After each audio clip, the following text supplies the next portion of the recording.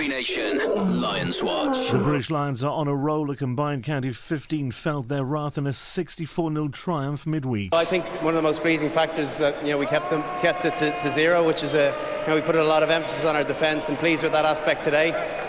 But I think it was 10 tries we scored, which is a good outing against any opposition. That was Brian O'Driscoll who captained the Lions in that game. Good evening, I'm Jeff Collins. You're listening to a Rugby Nation Lions special. Warren Gatland has named his team to face the New South Wales Waratahs this Saturday. It features 7 Welshmen in the backs: Lee Halfpenny, Jonathan Davis and Jamie Roberts in the centre, and Mike Phillips. Up front, Adam Jones, Alan Wynne-Jones and Sam Warburton are the 7 from the Wales Six Nations winning squad. Fly half Jonathan Sexton has recovered from a hamstring injury. He'll start, and fellow Irishman Simon Zebo will make his debut. Meanwhile, Captain Sam Warburton is to line up alongside Tom Croft and Jamie Heaslip in the back row. The Welshman says it's an exciting combination. It's an interesting trio, and I'm really looking forward to seeing how that goes. And you want to come on Lions tours to try and play with different combinations, and playing with guys like Crofty and Jamie, is part of it, and I'm really looking forward to that. And Lions head coach Warren Gatland says keeping his players fresh for the first test with Australia is the main priority in his selection for Saturday's game. The squad's been hit by a number of injuries ahead of the match with the Waratahs, and Gatland says the players in the team have a great chance to nail down a spot in his first choice side. These players have got an opportunity on Saturday. We said we've got a few knocks in the backs at the moment, and we just need to make sure that we rested a few players, and because the whole priority is making sure that we arrive in Brisbane next Saturday fresh and ready to go. On this tour, the Lions are unbeaten so far in 4, but against the Barbarians, Western Force and combined county 15, they scored 192 points and only conceded 23. Only the Queensland Reds have so far provided a real test. The Lions won that 22-12. The Waratahs, though, should be another stern test for the Lions. Here's them in action, beating the ACT Brumbies recently. Lucas, Foley, penalty advantage here as the line was almost broken by Mitchell. Dennis gives it now to Berwick Barnes, and Whitey goes to Hooper for the corner. Michael Hooper, Smith can't get there. Try to the Waratahs, exactly the start they wanted in the second half.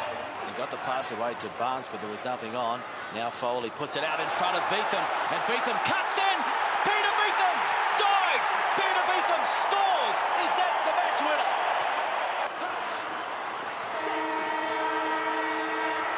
So the siren sounds in the back, and now they've just got to put it into touch, and they do that. And so the Waratahs, they have won it. Look at the celebrations.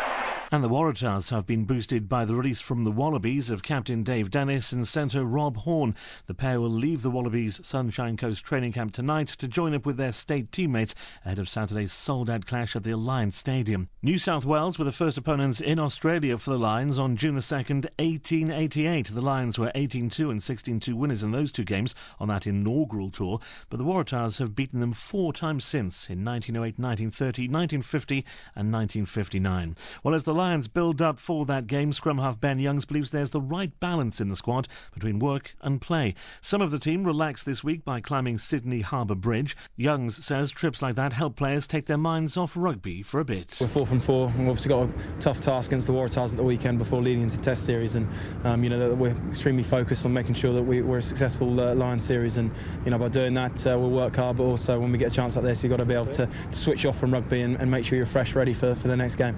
Another of their successful recreational trips saw Brian O'Driscoll out with some of the Lions squad, meeting fans who've travelled down under for the tour. Here he is addressing rugby fans who came to see the squad at a shopping centre in Sydney. It was great to have everyone. All of a sudden, besides just having the Paddies, you've got the Welsh, the Welsh and the English supporting it, which is it's so unusual. And for 6 or 7 weeks, you forget how much you hate each other and you love each other.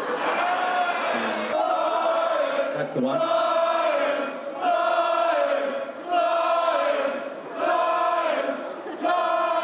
Yeah, absolutely brilliant. I was just saying to the crowd that you never expect this until test week. To have it with 2 weeks to go or a week and a half to go to the first test is pretty special. So you can only imagine what it's going to be like when it does come to that first test back here. Lions brand is just built more and more. I think we probably had a little bit of a dip after the 3-0 loss in New Zealand, but I think we've restored a lot of pride in the jersey in South Africa and just in narrowly losing the series, and I think we're hungry to win this one. So I think the anticipation has been building since September, and hopeful that we can do that and give this crowd something to shout about. So we're just over a week away from the first test against Australia. The last time the Lions faced the Wallabies, they lost the test series 2-1, a series they should have arguably won in 2001.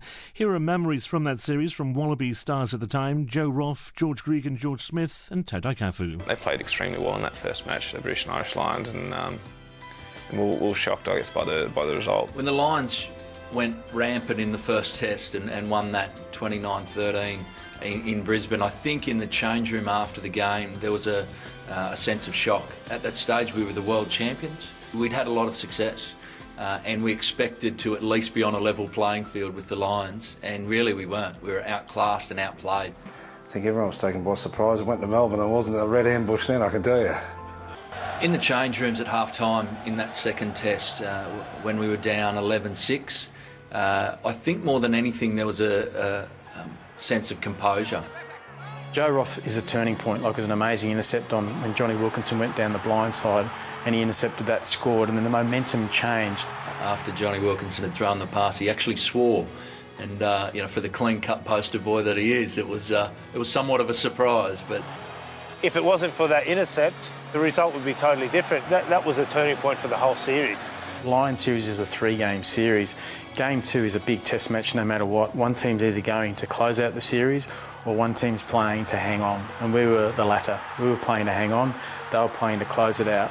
So there's a lot at stake, and that momentum shift was massive for us in the second half. For the first time in the series, a few small cracks started to show in that wonderful Lions team. You talk about the 1%ers in rugby.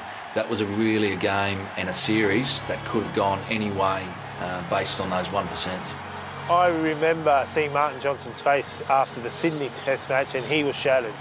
He was an absolutely shattered man, and the whole squad was shattered, because I think they felt that they did play the better footy, and that they came to Australia expecting to win.